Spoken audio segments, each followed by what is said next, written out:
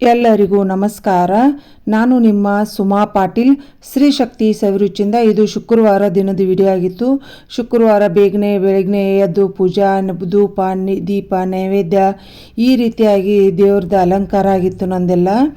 ಇವತ್ತಿನ ದಿವಸ ನಾವು ನಮ್ಮೂರ ಹತ್ರ ಮಲಪ್ರಭಾ ಶುಗರ್ ಫ್ಯಾಕ್ಟ್ರಿ ಐತಿಲ್ಲ, ಅಲ್ಲೇ ಬಂಡಮ್ಮ ದೇವಿ ಅಂತ ಕಾಸ ಗುಡಿ ಐತಿ. ನಾನು ಆಲ್ರೆಡಿ ಎಲ್ಲ ಒಂದಷ್ಟು ಸಲ ವಿಡಿಯೋಗಳು ಹಾಕಿದ್ದಾನೆ. ಅಲ್ಲಿ ಹೋದಾಗ ಅಲ್ಲಿ ಫ್ಯಾಕ್ಟ್ರಿ ವತಿಯಿಂದ ಅಭಿಷೇಕ, ಪೂಜಾ ಮತ್ತು ಮಹಾಪ್ರಸಾದ ಇತ್ತು.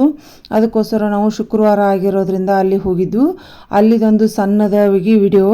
ಮತ್ತು ನನ್ನ ನೆಗೆನಿ ಗಿರ್ಜಾ ಅದಾಳ, ಅವಳದು ಇವತ್ತು ಬರ್ತ್ಡೇ ಇರೋದ್ರಿಂದ ಎಲ್ಲ ಪೂಜಾ ಆಯ್ತು, ದೇವ್ರದ್ದು ದರ್ಶನ ಆಯ್ತು, ಮತ್ತು ಅವಳದೊಂದು ಬರ್ತ್ಡೇ ಸಣ್ಣ ಸೆಲೆಬ್ರೇಷನ್.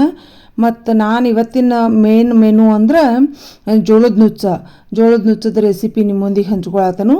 ಇವೆರಡು ಒಂದೊಂದು ಸಣ್ಣ ವಿಡಿಯೋ ಮಾಡಿದನು. ಜೋಳದ ನುಚ್ಚಿಂದು ಡೀಟೇಲ್ ವಿಡಿಯೋ ಮಾಡ್ಕೊಂಡನು. ಈ ರೀತಿ ಬುತ್ತಿಗಾಗಲಿ ಮತ್ತು ಆಲ್ಮೋಸ್ಟ್ ಇದನ್ನು ಬಿಸಿಲುಗಾಲದಾಗ ಮಾಡ್ಕೊಂಡ್ರೆ ರುಚಿ ಆಗ್ತೈತಿ. ನೀವು ಬಿಸಿಲುಗಾಲದಾಗ ಹಾಕಬೇಕಾಗಿತ್ತು, ನಾನು ಹಾಕೋಕ್ಕಾಗಲಿಲ್ಲ. ಏನು ಪರವಾಗಿಲ್ಲ, ಇವಾಗಲೂ ಮಾಡ್ಕೊರಿ, ನೀವು ರುಚಿ ಆಗ್ತೈತಿ. ಯಾವಾಗಾದರೂ ಜೋಳದ ನುಚ್ಚಿನ ಬುತ್ತಿ ರುಚಿನ ಹತ್ತೈತಿ. ಇದನ್ನು ಮಾಡ್ಕೊಳಕ್ಕೆ ಹಿಂದಿನ ದಿವಸನ ನಾವು ಒಂದು ಸ್ವಲ್ಪ ಮಧ್ಯಾಹ್ನ 3-4 ಗಂಟೆಗೆ ಅದಕ್ಕೊಂದು 2 ಚಮಚ ಮೊಸರು ಹಾಕಿ ಈ ರೀತಿ ನೆನೆ ಇಟ್ನಿ. ನೀವು ಹುಳಿ ಭಾಳ ಇಷ್ಟಪಡೋರು ಒಂದು ಸ್ವಲ್ಪ ಮೊಸರು ಹೆಚ್ಚಿಗೆ ಹಾಕಿರಿ. ನಮ್ಮ ಮನೆಯಲ್ಲಿ ಹುಳಿ ಕಡಿಮೆ ತಿನ್ನೋದ್ರಿಂದ ನಾನು ಒಂದು ಸ್ವಲ್ಪ ಕಡಿಮೆ ಹಾಕಿದನು. ಒಂದು 3 ಗಂಟೆಗೆ ಅದು ಈ ರೀತಿ ಅದನ್ನು ಜೋಳದ ನುಚ್ಚು ನೆನೆ ಹಾಕಬೇಕು. ಆಮೇಲೆ ಅದನ್ನು ರಾತ್ರಿ ಟೈಮ ಒಂದು ಸ್ವಲ್ಪ ನೀರು ಒಂದು ಅರ್ಧ ಲೀಟ್ರ್ನಷ್ಟು ನೀರು ಹಾಕಿದೆ ನಾನು. ಅದರ ಸ್ವಲ್ಪ ಕ್ವಾಂಟಿಟಿ ಮಾಡ್ಕೊಳತನು, ಅದಕ್ಕೋಸ್ಕರ ಸ್ವಲ್ಪ ಹಾಕಿದನು. ಅದನ್ನು ಅರ್ಧ ಲೀಟ್ರ್ ನೀರು ಹೆಸರು ಬಂದ ಕೂಡಲೇ ಒಂದು ಸ್ವಲ್ಪ ರುಚಿಗೆ ತಕ್ಕಷ್ಟು ಉಪ್ಪು ಹಾಕಿ ಅದನ್ನು ನುಚ್ಚು ಹಾಕಿ, ಅದು ಕುದಿಯಾಕೆ ಬಂದ ಕೂಡಲೇ ನುಚ್ಚು ಹಾಕಿ ಕುದಿಸ್ಬೇಕು.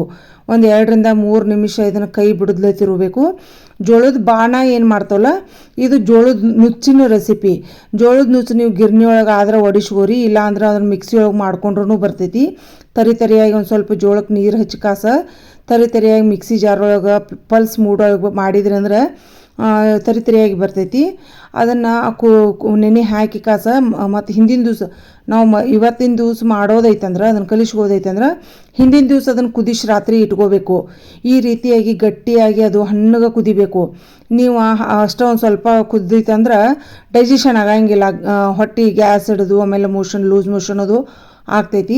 ಅದಕ್ಕೋಸ್ಕರ ಹಣ್ಣಿಗೆ ಕುದ್ದದಿಂದ ಜೋಳದ ಬುತ್ತಿ ಬೇಡಪ್ಪ ನಮಗೆ, ಮತ್ತು ಅದೊಂಥರ ಬೇಡ, ಹಿಂಗೆ ನಾವು ಹಾಲು ಹಾಕ್ಕೊಂಡು ಕುಡಿತೇವಂದ್ರೆ ಹಿಂಗೆ ಈ ರೀತಿ ಆಗಿರ್ತೈತಿ. ಇದಕ್ಕೆ ನಾವು ರಾತ್ರಿ ಹಾಲು ಹಾಕ್ಕೊಂಡು ಮತ್ತೊಂದು ಸ್ವಲ್ಪ ಉಪ್ಪಿನಕಾಯಿ, ಯಾವುದೋ ಒಂದು ಉಪ್ಪಿನಕಾಯಿ ಹಾಕ್ಕೊಂಡ್ರೂ ತುಂಬ ರುಚಿಯಾಗಿರ್ತೈತಿ. ಮತ್ತು ನಾ ಆಲ್ರೆಡಿ ಜೋಳದ ನುಚ್ಚ ಮಜ್ಜಿಗೆ ಆಮ್ರದ ವಿಡಿಯೋನು ಹಾಕಿದನು, ಅದು ಬೆಸ್ಟ್ ಕಾಂಬಿನೇಷನ್. ಈಗ ನಾನು ಇದನ್ನು ಬುತ್ತಿ ಕಲಿಸೋ ರೆಸಿಪಿ ಮಾಡತ್ತನ. ನಾನು ಒಂದು ಸ್ವಲ್ಪ ಗಟ್ಟಿಯಾಗಿ ಕುದ್ರೆ ಚಲೋ ಆಗ್ತೈತೆ ಅಂತ ಕುದಿಸಿ ರಾತ್ರಿ ಇದನ್ನು ಪ್ಲೇಟ್ ಮುಚ್ಚೆ ಈ ರೀತಿ ಇಟ್ನಿ. ಮುಂಜಾನೆಗೆ ಅಂದ್ರೆ ಆರೇ ಈ ರೀತಿ ಗಟ್ಟಿಯಾಗಿರ್ತೈತಿ. ಇದನ್ನು ಕಲಿಸ್ಕೊಳಕ ಒಂದು ಪರಾತಿಗಾರ ಒಂದು ಬುಟ್ಟಿಗಾರ ತಕ್ಕೊಂಡು ಭಾಳ ಕ್ವಾಂಟಿಟಿ ಇದ್ರೆ ದೊಡ್ಡದೊಳಗೆ ತೋರಿ. ನಾನು ಸ್ವಲ್ಪ ಐತೆ ನಾನು ಸಣ್ಣ ಬುಟ್ಟಿ ಒಳಗೆ ತಗೊಂಡನು. ಇದಕ್ಕೆ ಮೊಸರು ಮತ್ತೊಂದು ಸ್ವಲ್ಪ ಬೆಳ್ಳುಳ್ಳಿ, ಕೊತ್ತಂಬರಿ, ಇದು ಶುಂಠಿ, ಮೆಣಸಿನಕಾಳು, ಏಲಕ್ಕಿ ನಾನು ಯಾವಾಗಿದ್ರು ಒಂದು ಸ್ವಲ್ಪ ಪುಡಿ ಮಾಡಿ ಒಂದು ಬಾಟ್ಲೆದಾಗ ಸ್ಟೋರ್ ಮಾಡಿ ಇಟ್ಕೊಂಡಿರ್ತಾನು. ಅದನ್ನು ಒಂದು ಚಮಚ, ಇದು ಮೇನ್ ರುಚಿ ಕೊಡೋದು ಇದು. ಜೋಳದ ಪಾನಕ್ಕಾಗಲಿ ಮೊಸರನ್ನಕ್ಕಾಗಲಿ ಈ ರೀತಿ ಕಲಿಸಿದ ನುಚ್ಚಿಗಾಗಲಿ ಭಾಳ ರುಚಿ ಆಗ್ತೈತಿ, ಭಾಳ ಟೇಸ್ಟು ಆಗ್ತೈತಿ. ಈ ರೀತಿ ಎಲ್ಲ ಹಾಕ್ಕೊಂಡು ಒಂದು 2-3 ಚಮಚ ಮೊಸರು ಹಾಕಬೇಕು.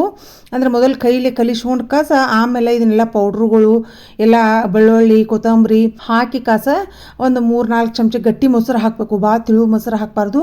ತಿಳು ಮೊಸರು ಹಾಕಿದ್ರೆ ಅದು ನುಚ್ಚು ಸ್ವಲ್ಪ ತಿಳು ಬರ್ತೈತಿ.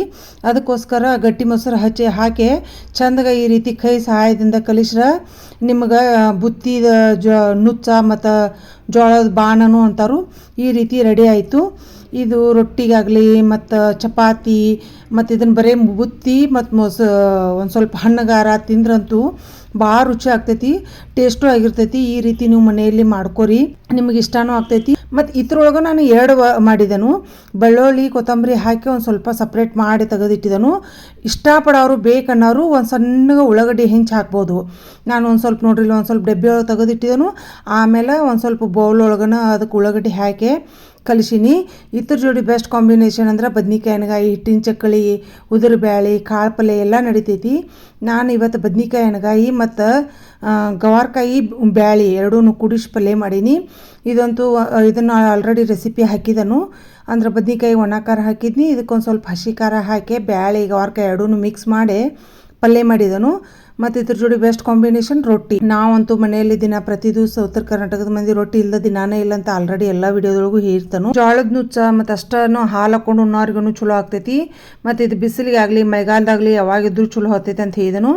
ಈ ರೀತಿ ನೀವು ಜೋಳದ ರೊಟ್ಟಿ ಜೋಡಿ ಆಮೇಲೆ ಚಪಾತಿ ಜೋಡಿ ನೀವು ಅದನ್ನು ಜೋಳದ ನುಚ್ಚ ಹಚ್ಕೊಂಡು ತಿಂದ್ರಿ ಅಂದ್ರೆ ಭಾಳ ರುಚಿ ಆಗ್ತೈತಿ.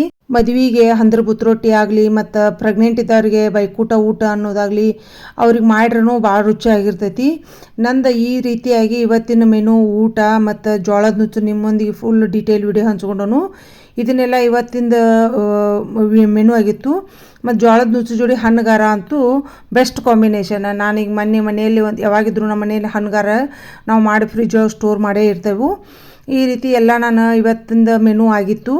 ಮತ್ತು ಇವತ್ತಿಂದ ಎಲ್ಲ ಮನೆಯಲ್ಲಿ ಈ ರೀತಿ ನೈವೇದ್ಯ ಮಾಡಿ ಮುಗಿಸೆ ನಾವು ಬಂಡ್ಯಮ್ಮನ ಗುಡಿಗೆ ಹೋಗೋದಿತ್ತಲ್ಲ, ಮನೆಯಲ್ಲಿ ಇವರಿಗೆ ಆಗಲಿ ಮನೆಯವ್ರಿಗಾಗಲಿ ಪ್ರಕಾಶಿಗಾಗಲಿ ಮಾಡಿ ಇದನ್ನು ನಾವು ವಿಡಿಯೋ ಮಾಡೋದಿತ್ತು ಇದನ್ನು ಜೋಳದ ನುಚ್ಚಿಂದು. ಅದಕ್ಕೆ ಈ ರೀತಿ ಎಲ್ಲ ರೆಸಿಪಿಗಳು ಮಾಡಿದ್ನಿ. ನಾವು ಆ ದೇವ್ರ ಗುಡಿಗೆ ಬಂಡ್ಯಮ್ಮನ ಗುಡಿಗೆ ಅಲ್ಲಿ ದೇವರಿಗೆ ದರ್ಶನಕ್ಕೆ ಹೋದ್ವು. ದೇವ್ರ ದರ್ಶನದ ಅಭಿಷೇಕ ಪೂಜಾ ಅಲಂಕಾರ ಎಲ್ಲ ಬೆಳಗ್ಗೆನ ಮುಗಿದಿತ್ತು. ಅಂದ್ರೆ ಬಂಡ್ಯಮ್ಮ ದೇವಿದು ಗಣಪತಿ ಗುಡಿದು ಫ್ಯಾಕ್ಟ್ರಿ ವತಿಯಿಂದ ಅಭಿಷೇಕ ಇಟ್ಟಿರೋದ್ರಿಂದ ಅವ್ರು ಬೆಳಗ್ಗೆನ ಅಭಿಷೇಕ ಮಾಡಿ ಮುಗಿಸಿದ್ರು.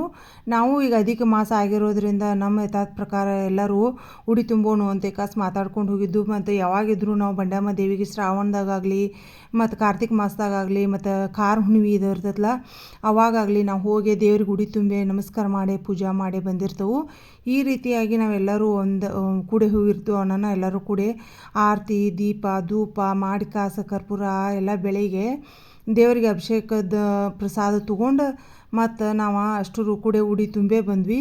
ಆಮೇಲೆ ಅಲ್ಲಿ ಮಹಾಪ್ರಸಾದ ಇತ್ತು. ಗೋಧಿ ಹುಗ್ಗಿ ಮತ್ತು ಬದ್ನಿಕಾಯಿ ಪಲ್ಯ ಅನ್ನ ಸಾರ ಎಲ್ಲ ಈ ರೀತಿಯಾಗಿ ಪ್ರಸಾದ ಇತ್ತು.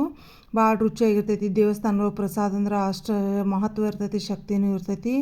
ದೇವ್ರದ್ದೆಲ್ಲ ದರ್ಶನ ಮಾಡ್ಕೊಂಡು ಕಾಸ ಆರತಿ ಮಾಡಿ ಕಾಸು ನಾವು ದೇವ್ರ ಪ್ರಸಾದ ತೊಗೊಂಡು ಮನೆಗೆ ಮಧ್ಯಾಹ್ನ ಸಾಯಂಕಾಲ ಗಿರ್ಜಾನ್ ಬರ್ತ್ಡೇ ಆಗಿರೋದ್ರಿಂದ ಮತ್ತು ಶ್ರದ್ಧಾ ಕೇಕ್ ತೊಗೊಂಬಂದಿದ್ಲು. ಅವ್ರ ಅಪ್ಪಂದ ಇದೇ ತಿಂಗಳು ಜೂನ್ 7ನೇ ತಾರೀಕಿಗೆ ಬರ್ತ್ಡೇ ಆಗಿತ್ತು. ಅದಕ್ಕೋಸ್ಕರ ಇಬ್ಬರದು ಒಂದೇ ದಿವಸ ಅಂತ ಏಕಾಸ ಆಕಿ ಕಾಲೇಜ್ಗೆ ಹೋಗಿ ಬರುವಾಗ ಕೇಕ್ ತೊಗೊಂಬಂದ ಸಣ್ಣದಾಗಿ ಒಂದು ಸೆಲೆಬ್ರೇಷನ್ ಮಾಡಿದ್ವು. ಅಷ್ಟು ಮಕ್ಕಳೆಲ್ಲರೂ ಕೂಡಿ ಕಾಸ ಕೇಕ್ ಕಟ್ ಮಾಡಿ ಬರ್ತ್ಡೇ ಸೆಲೆಬ್ರೇಷನ್ ಮಾಡಿದ್ರು.